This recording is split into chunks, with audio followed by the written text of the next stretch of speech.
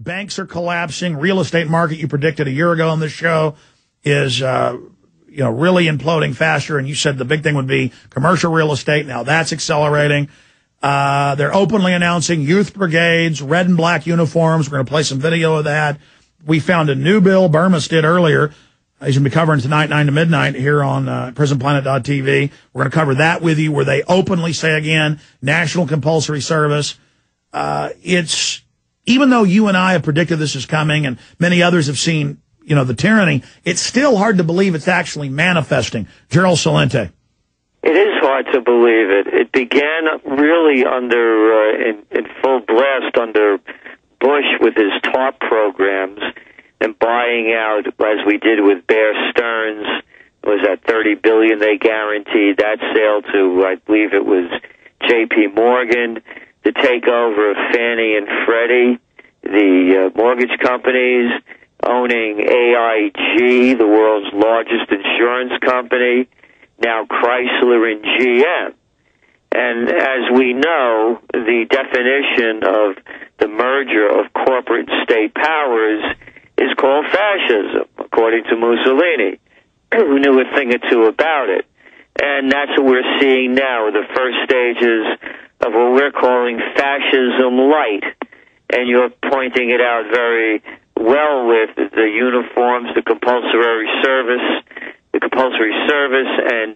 and all of the steps that they're taking, where the government is now infringing deeper and deeper into our lives, to the point where now 1 out of every $6 that are being spent in this country is coming from the government.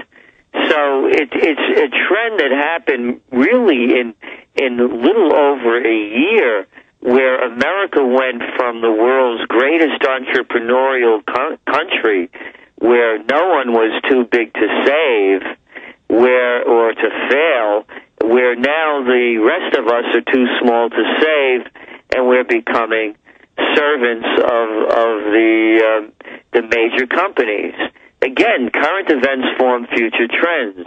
We just look at the expansion plans for Walmart. It's very ironic. They used to say, as goes General Motors, or what's good for General Motors is good for America. And now we can say, as goes Walmart, so goes America. Walmart's, they're going to create another, they're bragging about it, 22,000 jobs. Whoopee. Compare those to the jobs we used to have when this country had a manufacturing base. Well, Walmart, don't they, on the whole food chain, they fill kind of the vulture or maggot position that, sure, the vultures and maggots do well when the rest of the economy's dead, but only for a time. Well, that's exactly it, and the kind of jobs they produce. I mean, who really wants to go to college or anywhere else, or even get a high school degree, and then be relegated to working at Walmart? I know a lot of folks with college degrees who are working at the grocery store or Walmart, and they're not too happy. That's something else you talk about, is the college bubble, but go ahead. So what we're doing is, when you hear these advertisements, Alex, where Walmart brags about, everyday low prices, well, sure, everyday low, we're turning into a Walmart economy. Everyday low prices. With everyday low prices comes everyday low paying jobs. With everyday low paying jobs comes everyday low quality. So every day America is sinking lower and lower. The GM bailout in this country, it should be, I believe that these people in Congress, from the president down, should be being brought up on criminal charges for abrogating our Constitution and becoming so involved in private industry to the levels that they've become. And when you read their thin defense for it, they use quotes like, well, we had to do this, and we hope to be... What do you mean you had to do this? Who said you had to do this? Certainly not the American people.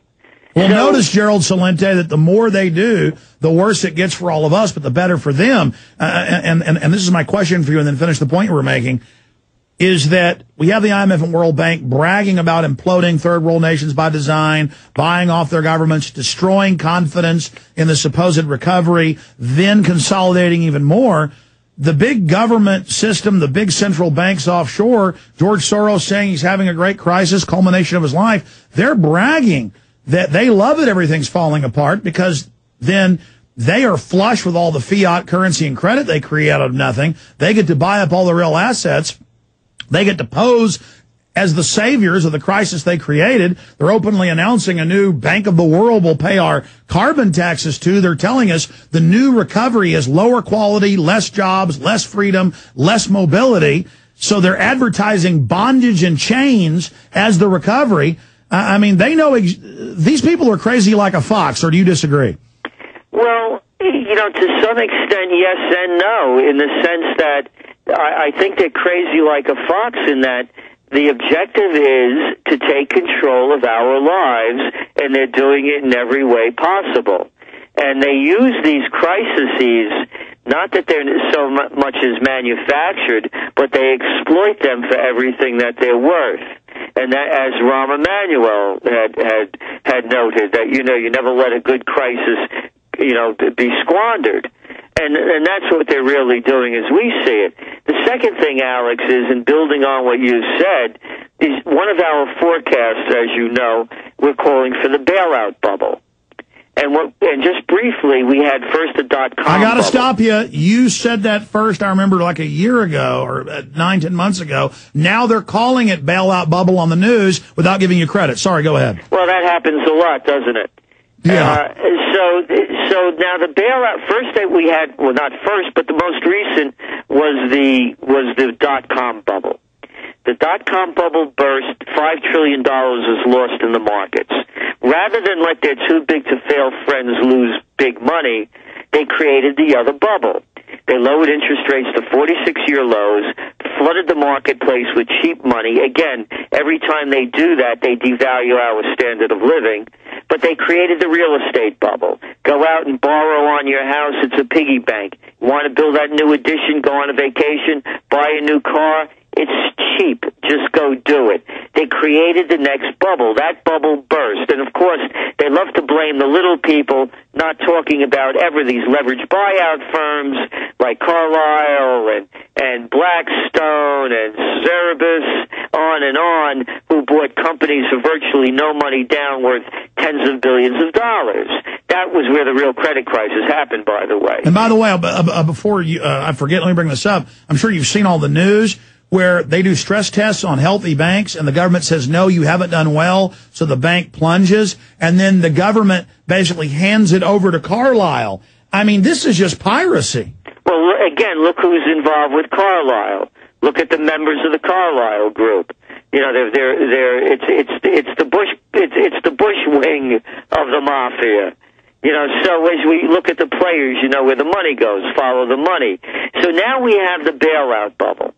And this really, what we're talking about now is that, and building on what you said, now when this bubble bursts, and it's going to burst, when this one bursts, there's no way to reinflate another bubble. This is the mega bubble, this is the fait complete, the coup de grace, this is the final bubble. The final bubble, because now what's happened is, unlike those other bubbles, our economic superstructure has been changed, because now government has printed phantom money out of thin air, based on nothing, producing practically nothing, has taken equity positions in private enterprise with executive control and management powers over these corporations.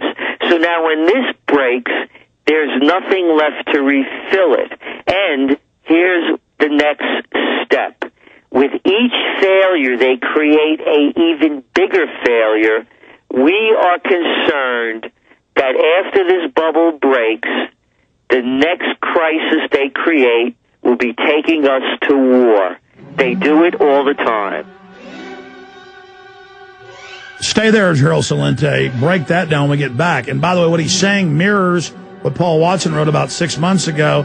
The RAND Corporation, this was big news in Europe, not on the news here, said we need a World War II size global crisis to be able to get us out of this, and they call it a bubble. So they're certainly doing some trends forecasting over at RAND in a very wicked way. Let me tell you a little bit about one of our great sponsors, HomeGain.com. This is the place to get you started buying or selling a home, finding a realtor, and getting any real estate questions answered. Go to HomeGain.com and see what I'm talking about. All you need to do is type in your home address, and you will get an instant free estimate of your home's value online.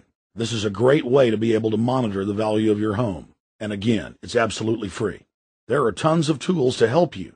For instance, if you want to remodel your home, go to HomeGain.com. Use their Home Sale Maximizer to help you determine which home improvements can most increase your home's value before you put it on the market. For 10 years, these folks have been helping home sellers and buyers. Visit their link at Infowars.com. Look for Max, the orange HomeGain gorilla, to help you with any real estate needs you might have. You'll love this site. It's HomeGain.com, HomeGain.com. Check them out today.